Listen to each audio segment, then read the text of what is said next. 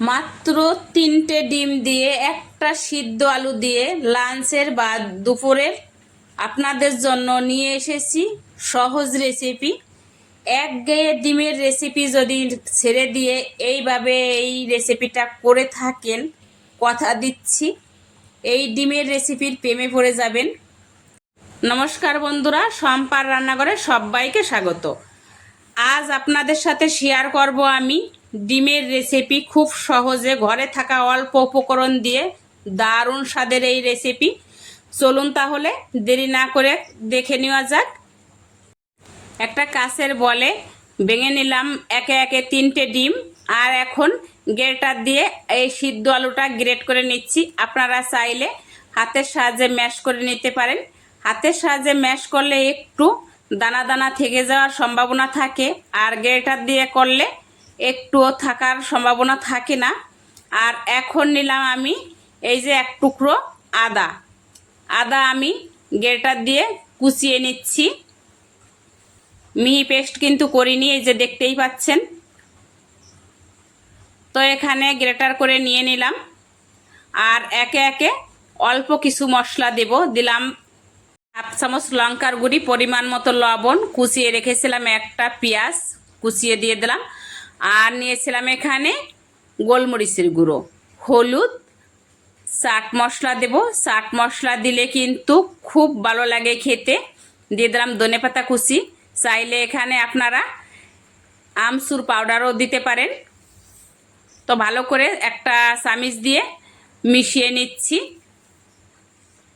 রেখে দেব এই মিশ্রণটা 10 মিনিটের মতন। ততক্ষণ আমি এখানে একটা মশলা করে নিলাম কাজু বাদাম ভেজে রেখেছিলাম ঘি দিয়ে, দিয়ে দিলাম আদা, আর দিলাম টমেটো, একটা মিহি পেস্ট করে নেব, ধনেপাতা কুচি, আর দিয়েছি একটা কাঁচা লঙ্কা।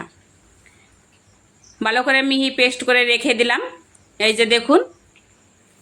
আর এখন এটার ঘনত্ব কেমন আছে আর কীরকম হয়েছে দেখাচ্ছি। এই যে দেখুন, অনেকটাই কিন্তু সফট হয়ে গেছে। 10 মিনিট রাখার জন্য একটা প্যানে তেল দিয়ে দিলাম। তেল গরম হয়ে যাওয়ার সাথে দিয়ে দিলাম এখানে ডিমের মিশ্রণটা। উপর থেকে দিয়ে দিলে আস্তে চারিদিক ছড়িয়ে যাবে। ডিম ভাজার সময় উনানের জাল মিডিয়ামে রাখতে হবে, না হলে কিন্তু ডিম তলা থেকে পুড়ে যাওয়ার সম্ভাবনা থাকে। একটা ঢাকনা দিয়ে ঢেকে দিলাম 2 মিনিটের মতো, আর 2 মিনিট পরে আমি ঢাকনাটা খুলে নিলাম। এখন একটা থালার সাহায্যে আমি এরকম করে নেব, এতে ভালোভাবে বেরিয়ে আসবে। দেখুন কত সুন্দর হয়েছে।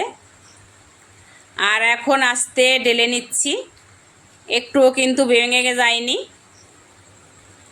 আবার একটু ঢাকা দিয়ে রাখবো 1 মিনিটের মতো। ঢাকা খুলে নামিয়ে নেব, একটা প্লেটে নামিয়ে নিলাম। সুন্দর করে আমি এখন পিস পিস করে কেটে নেব। আপনাদের পছন্দ মতো আপনারা পিস করবেন, ছোট বড়। আমি এরকমভাবে পিস করছি।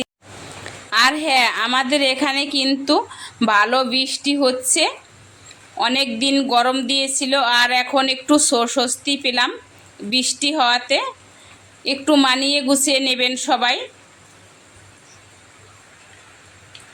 আজকের ভিডিওতে যদি কোনো নতুন বন্ধু এসে থাকেন, যদি আমার চ্যানেলটাকে সাবস্ক্রাইব না করে থাকেন, প্লিজ এটা সাবস্ক্রাইব করে পাশে থাকুন, আর পাশে থাকা বেল আইকনটা ক্লিক করে রাখুন, যাতে এরকম নিত্য নতুন ভিডিও ছাড়ার সাথে সাথে আপনার কাছে পৌঁছে যায়। তো এখানে দেখুন, এই যে কত সুন্দর করে আমি পিস করে কেটে নিয়েছি, কত সুন্দর ফুলেছে, চারিদিকটা হয়েছে দেখুন। চলে আসলাম পরবর্তী পর্বে। দিয়ে দিলাম কড়াইয়ে তেল, জিরে ফোড়ন, তেজপাতা, আর নিয়েছি দারচিনি, এলাচ, পেঁয়াজ কুচি দিয়ে দিলাম, একটু হলুদ, আর অল্প দিয়েছিলাম লবণ। ভালো করে নেড়ে নেব, ততক্ষণ অবধি নাড়তে থাকবো যতক্ষণ অবধি বাদামি কালার না আসে। তো বাদামি কালার হয়ে এসছে, আর পেস্ট করে নিয়েছিলাম কাজু বাদাম, সেটা দিয়ে দিলাম। দেব স্বাদ মতো লবণ, হলুদ, লঙ্কার গুঁড়ি, জিরের গুঁড়ি,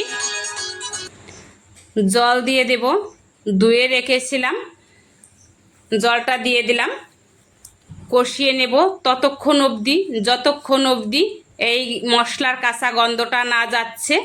আর এখন দিয়ে দেব সব কিছুকে ব্যালেন্স রাখার জন্য অল্প চিনি আর একটু গরম মশলা।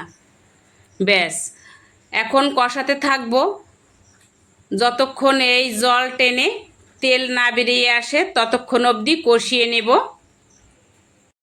জল টেনে তেল ছাড়তে শুরু করার দিলে অনবরত নাড়তে হবে, না হলে তলায় ধরে যাবে।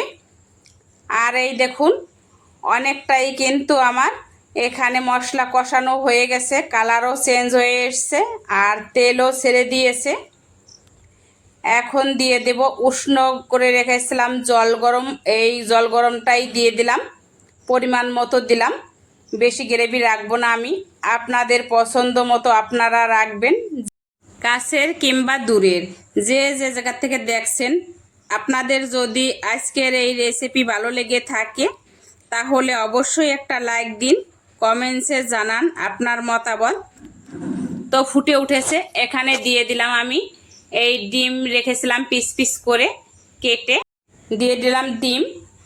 আজকের ভিডিওতে যদি নতুন বন্ধু এসে থাকেন, যদি আমার চ্যানেলটাকে সাবস্ক্রাইব না করে থাকেন, প্লিজ একটা সাবস্ক্রাইব করে পাশে থাকবেন আর পাশে থাকা বেল আইকনটি ক্লিক করে রাখবেন, যাতে এরকম নিত্য নতুন ভিডিও ছাড়ার সাথে সাথে আপনার কাছে আগে পৌঁছে যায়। তো আমি একটু ঢাকা দিয়েছিলাম 2 মিনিটের মতো, আর 2 মিনিট পরে ঢাকনাটা খুলে নিলাম। এখন দিয়ে দিলাম কয়েকটা কাঁচা লঙ্কা চিরা। এই কাঁচা লঙ্কা চিরা দেওয়াতে স্বাদটা আরও ভালো আসবে, সুন্দর একটা সুগন্ধি বেরিয়ে আসে। একটু নেড়ে নিলাম, কত সুন্দর কালার এসছে দেখুন, দেখেই খেতে ইচ্ছে করছে, তাই না? তো একটু দেখে নিলাম লবণটা কেমন হয়েছে, লবণে ঠিকঠাকই আছে। দিয়ে দিলাম একটু ঘি, আপনারা চাইলে এখানে বাটারও দিতে পারেন। একটু ঘি দিয়ে দিলাম, খেতে বেশি ভালো লাগবে। আর দিয়ে দিলাম এখানে কসুরি মেথি, আমি প্যাকেটে করে রেখেছিলাম, এবছর আমি আর রাখতে পারিনি, প্রতি বছর আমি রেখে দিই, সেটা দিয়েই আমি রান্না করি। হাতের ডোলে দিয়ে দিলাম, তাই এবছর কিনতে হয়েছে। কসুরি মেথিটা দিয়ে ভালো করে একটু মিশিয়ে নেব আর নামিয়ে নেব। এখন এই যে আমি এইভাবেই কিন্তু রেখেছি। প্রথমেই বলেছিলাম আপনারা যদি চান এখানে আর একটু গ্রেভিও রাখতে পারেন। আর এখন আপনারা দেখুন কোনটা দিয়ে খাবেন, রুটি, পরোটা না ভাত, যার সাথে খাবেন তার সাথেই কিন্তু জমে যাবে। আর যাকেই বানিয়ে খাওয়াবেন সে কিন্তু বারবার রিকোয়েস্ট করবে এইভাবেই রান্না করার জন্য। তো আজকের ভিডিওটা বিদায় নিচ্ছি, দেখা হবে নতুন কোনো দিনে নতুন রেসিপিতে। ততক্ষণ সবাই ভালো থাকুন, সুস্থ থাকুন আর এভাবেই ভালোবাসা দিয়ে আমার পাশে থাকুন। ধন্যবাদ।